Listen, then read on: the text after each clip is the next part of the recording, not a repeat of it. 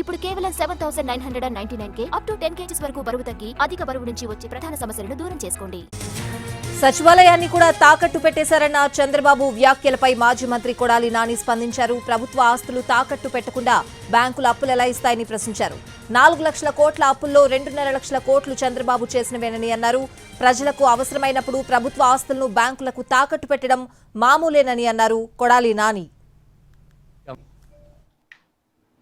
ఈ రాష్ట్రంలో 4 లక్షల కోట్ల రూపాయలు అప్పులు ఉన్నాయి. దాంట్లో 2,50,000 కోట్ల రూపాయలు చంద్రబాబు నాయుడు చేశాడు. 4 లక్షల రూపాయల్లో 2,50,000 కోట్ల రూపాయలు జగన్మోహన్ రెడ్డి గారు చేసినటువంటి అప్పులు. ప్రభుత్వ ఆస్తులు తాకట్టు పెట్టకుండా బ్యాంకులో లోన్ ఇస్తారా? ప్రభుత్వ ఆస్తి తాకట్టు పెట్టకుండా బ్యాంకులో లోన్ ఇస్తాడా? పలానా తాకట్టు పెట్టాలి, పలానా తాకట్టు పెట్టకూడదు, పలానాది మార్టిగేజ్ చేయాలి, పలానా షూటీ చేయాలని ఏమన్నా డాక్టర్ బిఆర్ అంబేద్కర్ గారు రాజ్యాంగంలో రాశారా? సెక్రటేరియట్ ఏంటి చంద్రబాబు గడిదా?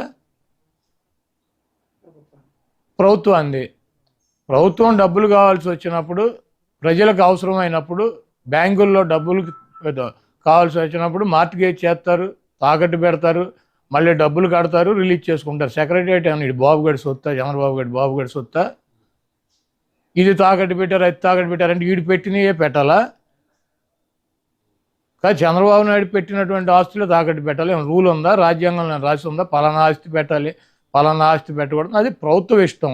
వాళ్ళు బ్యాంకర్స్తో మాట్లాడి బ్యాంక్ వాళ్ళు డబ్బులు కావాలన్నప్పుడు వాళ్ళు ఏదో ఒకటి మార్టిగేజ్ అడుగుతారు. ప్రభుత్వ ఆస్తి ప్రభుత్వం వాళ్ళు దాన్ని బట్టి వాళ్ళకు ఉన్నటువంటి వెసులుబాటుని బట్టి పెట్టుకుంటారు.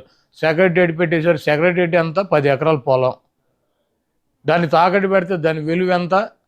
10 కోట్లు, లేకపోతే ఎకరం 20 కోట్లు ఉంటుంది, 2 కోట్లు ఉంటుంది, 20 కోట్ల ఆస్తి. ఒక సచివాలయమే పెట్టారా? నువ్వేం పెట్టలేదా గతంలో? ఈ చంద్రబాబు నాయుడు అనేవాడు ఒక చిల్లర రాజకీయ నాయకుడు.